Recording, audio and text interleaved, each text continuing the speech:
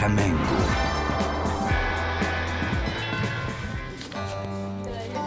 Ara, dans l'état du Bihar. Ce matin, la tournée de Davy commence ici, dans cette maison. Pour un occidental, son travail dépasse l'entendement. 1 à 2 fois par semaine, elle vide à main nue les toilettes archaïques de cette famille indienne.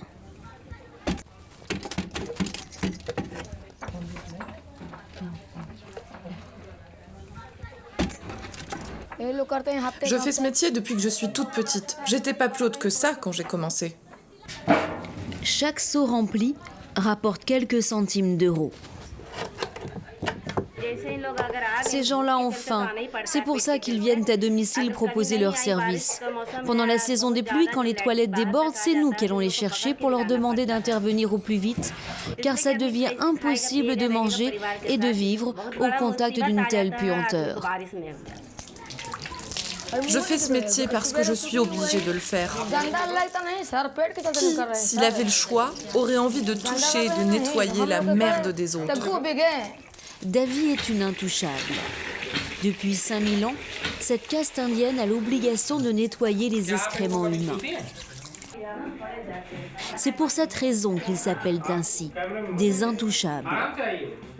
Je me tiens toujours à distance. Vous les touchez? Jamais.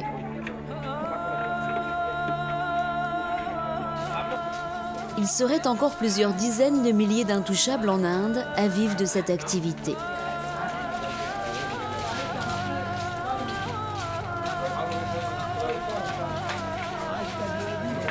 La pire chose dans ce métier, c'est l'odeur.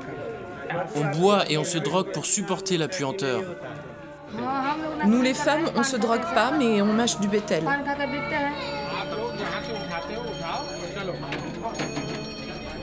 Tous les jours, pendant 4 heures, les seaux se vident et se remplissent sous le regard dégoûté des habitants du quartier.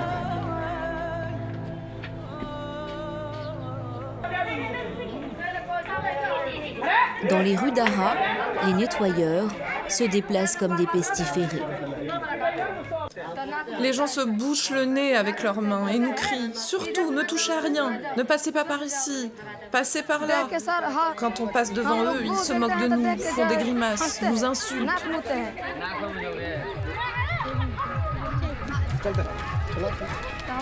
C'est dur, mais c'est notre gagne-pain. En vidant les matières fécales de toilettes vétustes, ces intouchables gagnent en moyenne 250 roupies, soit 5 euros par mois et par personne. Un revenu dérisoire qui, même en Inde, place cette communauté en situation de survie permanente.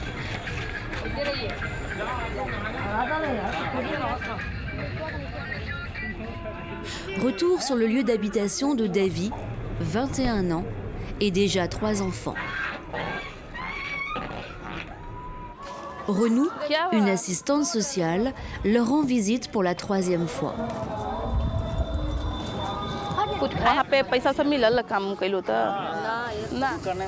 On n'en peut plus de ce travail. On en a marre de toute cette crasse.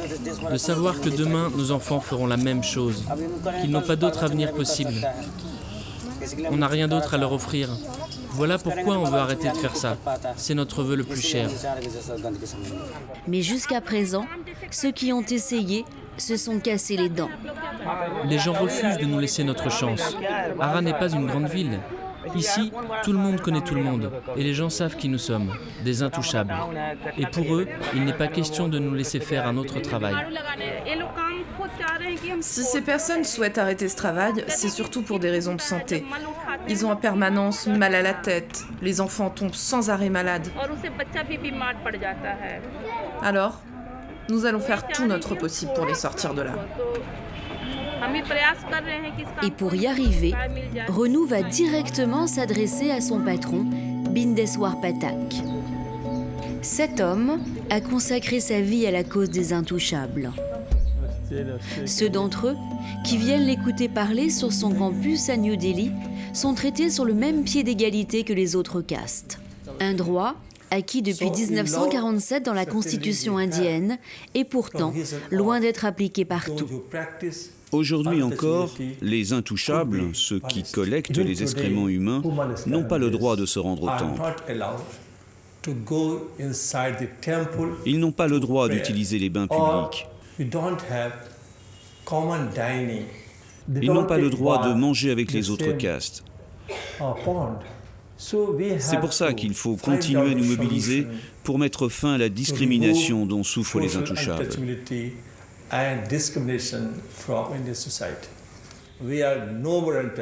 L'engagement de ce docteur en sociologie auprès des intouchables remonte à 1968.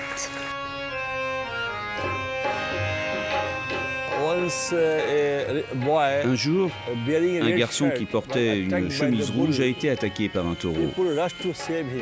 Les passants se sont précipités sur lui pour le sauver, mais une personne a crié qu'il appartenait à la colonie des intouchables. Alors, tout le monde s'est détourné de lui.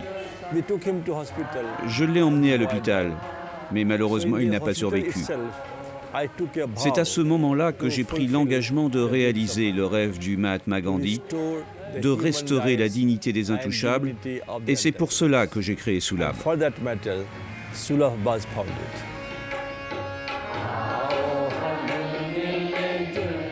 À l'époque, ce jeune brahmane rencontre une forte opposition.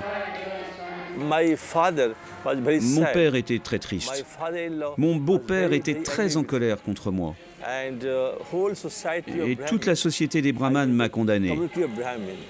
Et lorsque j'étais avec eux, ils me demandaient de ne pas s'approcher d'eux, de m'asseoir plus loin en me disant « Tu es le leader des collecteurs d'excréments. Tu n'as plus le droit de nous toucher maintenant. »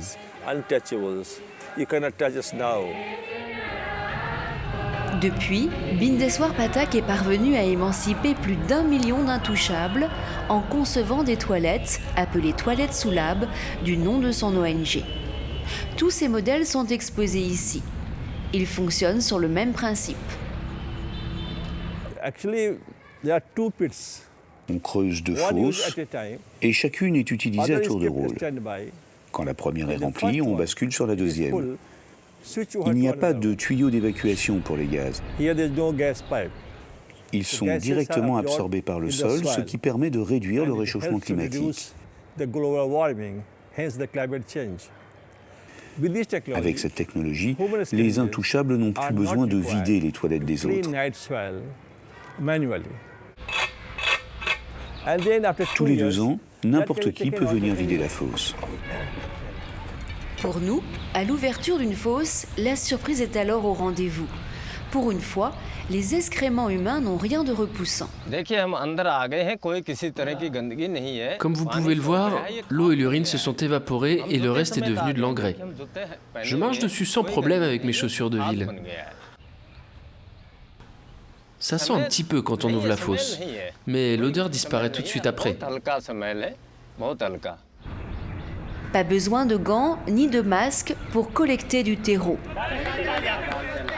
La population l'utilise comme engrais, comme par exemple les jardiniers de cette pépinière. Cet engrais que nous récupérons est un très bon engrais.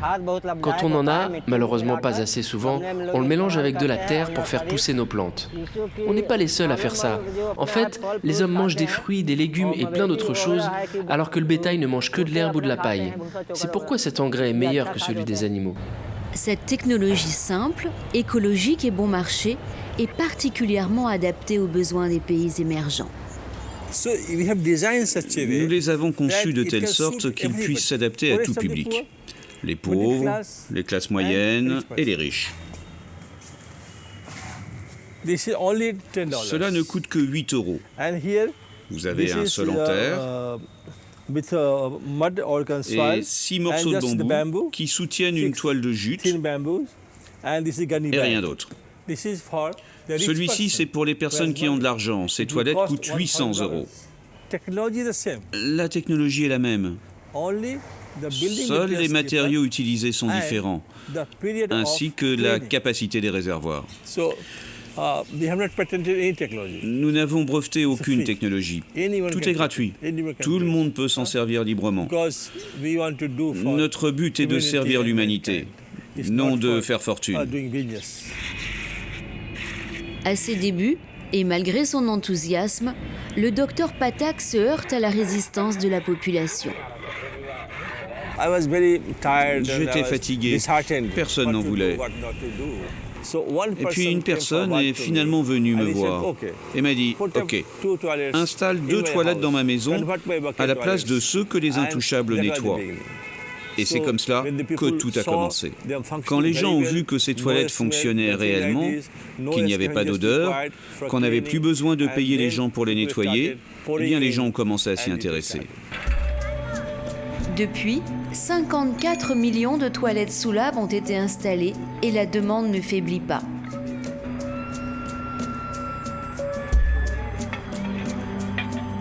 Malgré la modernisation sanitaire de l'Inde, il reste encore de nombreuses latrines d'un autre âge, nettoyées par des intouchables. Les représentants de l'ONG du Dr Pathak les recensent pour tenter de convaincre leurs propriétaires de s'en débarrasser. Ranu vient pour la 2e fois chez Ali, un tailleur d'Ara dans l'état du Bihar. Namaskar. Si je souhaite avoir de nouvelles toilettes, c'est principalement pour me débarrasser de la saleté et des microbes qui règnent dans cette maison. Ici, on est tous malades, surtout mes enfants. On souffre de nausées, de dysenterie, on n'arrive plus à manger correctement. Alors oui, j'ai hâte de changer de toilette, mais comment les payer? Je n'aurai jamais assez d'argent pour une dépense pareille. Moi, je vis uniquement grâce à ma machine à coudre et je gagne juste de quoi payer un repas par jour à ma famille. Ne vous en faites pas, notre organisation et le gouvernement sont prêts à prendre à leur charge 90% des frais. Il ne vous restera que 10% à payer et vous aurez des toilettes à 2 trous. Si vous acceptez, la bonne nouvelle, c'est que grâce à vous, des intouchables seront libérés de leur travail. Pour financer son action sociale, Bindeswar Pathak a été le premier en Inde à construire des toilettes publiques payantes. En 1974, quand j'ai eu cette idée, les gens ont rigolé. Ils m'ont dit « Mais qui va payer ?» Les Indiens n'ont jamais eu l'habitude de payer pour ce genre de choses. Personne ne voudra payer. Je répondais que si l'endroit était propre, les gens accepteraient de donner une petite pièce de monnaie. Le premier jour, on a récolté 10 €. Aujourd'hui, c'est 20 millions d'euros. Sur les 7000 toilettes publiques Sulabh, 200 d'entre elles ont l'incroyable particularité de recycler entièrement les matières humaines. C'est le cas de ces sanitaires construits à l'entrée de l'ONG et fréquentés tous les jours par 1 millier de personnes.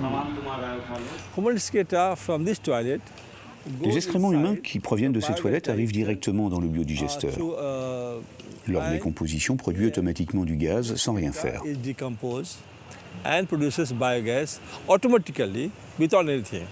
Voici le modèle en miniature du biodigesteur que vous ne voyez pas et qui fait 6 mètres de profondeur. Comment ça fonctionne? Les matières arrivent dans le biodigesteur, on sépare le liquide qui se retrouve dans ce réservoir avant d'être traité. Et voici à quoi ressemble l'eau qui est traitée.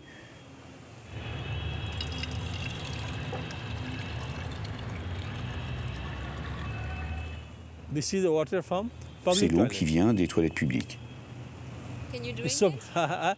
Non, on ne peut pas la boire. En attendant que les recherches en cours la rendent potable, les jardiniers l'utilisent pour arroser le campus.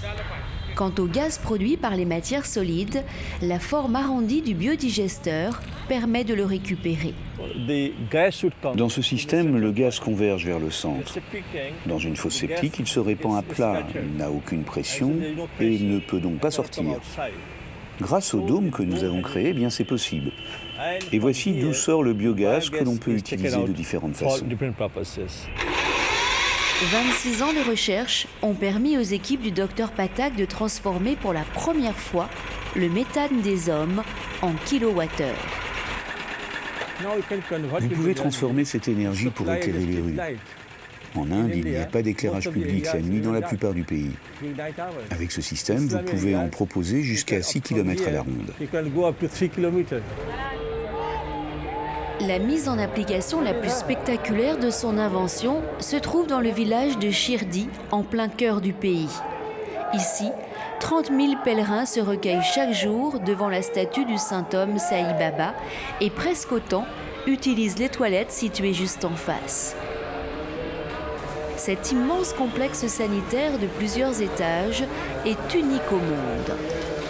En venant se soulager, les clients sont loin de se douter qu'ils produisent eux-mêmes l'énergie qui permet d'éclairer l'ensemble du bâtiment.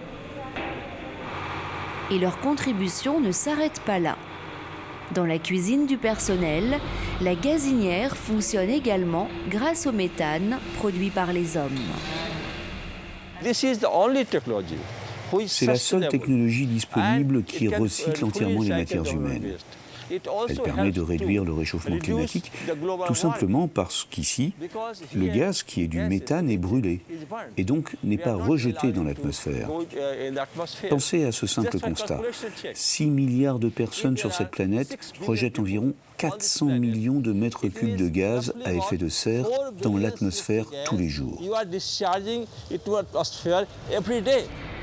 Les 3 biodigesteurs installés ici permettent au moins d'éviter de relâcher dans l'atmosphère 1 millier de mètres cubes de méthane par jour. C'est clairement le début du début, mais ça montre la direction que nous devons prendre. C'est l'avenir du monde entier, non seulement des pays émergents, mais aussi des pays développés. Le docteur Pathak réinvestit tous les bénéfices générés par l'exploitation de ces installations sanitaires dans le financement d'actions sociales en faveur des intouchables, comme à Tonk, dans le Rajasthan.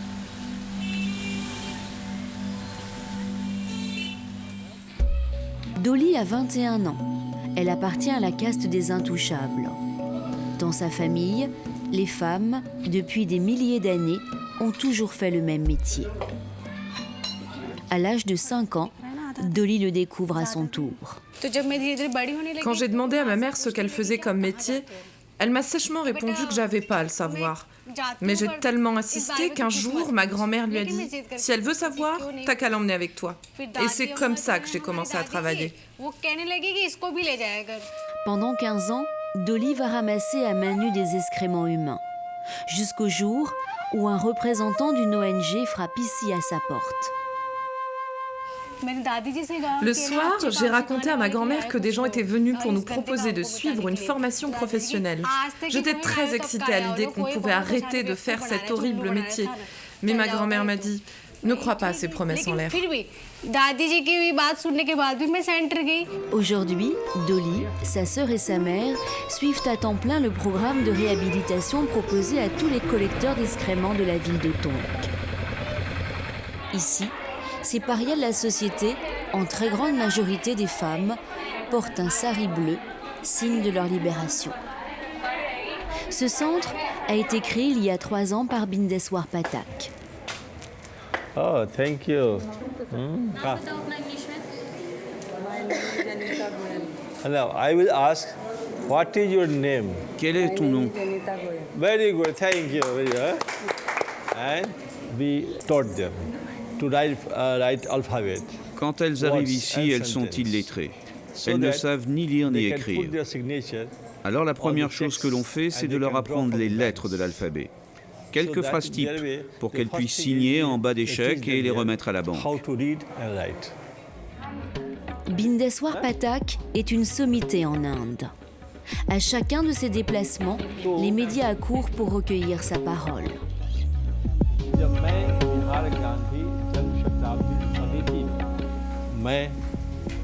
Je suis comme ceux qui travaillent à Sulabh, un disciple du Mahatma Gandhi.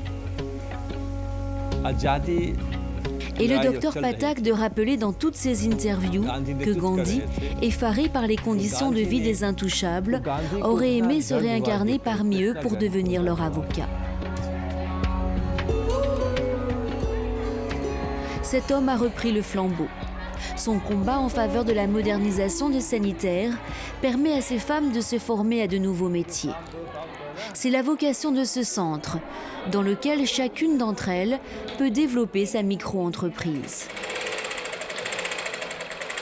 Mais l'ambition de Dolly est ailleurs. J'ai appris à lire et à écrire toute seule, dans le plus grand secret. Mes parents ne voulaient pas entendre parler de ça. On devait seulement apprendre ce qu'ils faisaient depuis des siècles.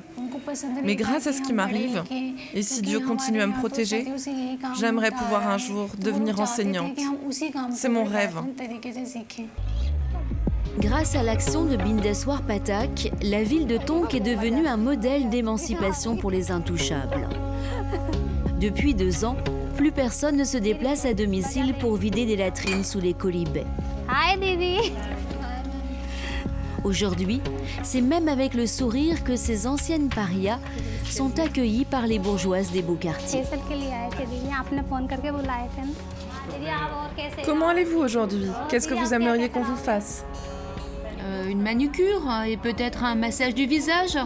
Oui, faites le visage. Ça fait longtemps qu'on ne l'a pas fait.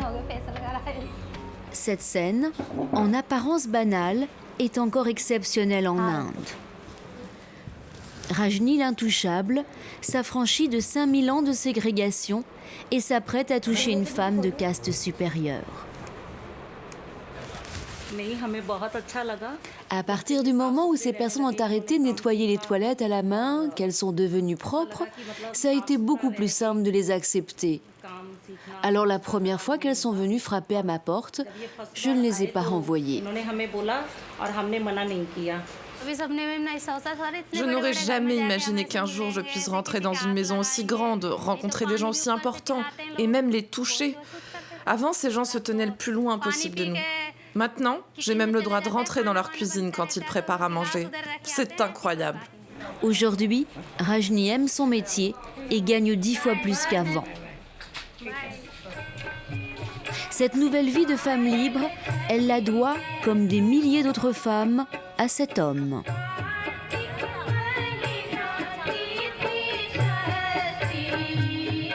Cette nuit, Rajni participe pour la première fois à la fête annuelle de Puja sur le toit de la maison de Bindeswar Pathak.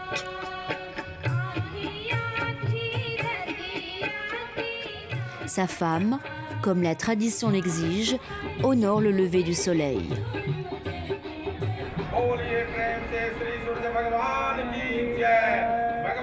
Une fois de plus, ce brahmane brave les interdits en invitant des intouchables à une cérémonie religieuse. Et peu importe les conséquences.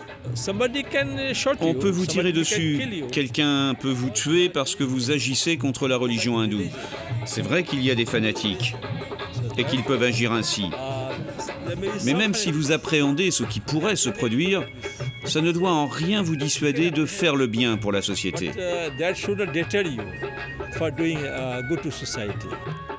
Et la reconnaissance des intouchables à son égard est sans limite. Je préférais qu'il arrive un malheur à moi plutôt qu'à lui. Ce qu'il a fait pour nous, personne d'autre ne l'a jamais fait, et ce que nous ressentons pour lui est plus fort que pour n'importe qui. Les gens disent que Dieu vit là-haut au paradis. Pour moi, il est parmi nous ici-bas. Aujourd'hui, le Dr Pathak rassemble autour de lui plus de 60 000 collaborateurs. Son ONG est la plus importante en Inde.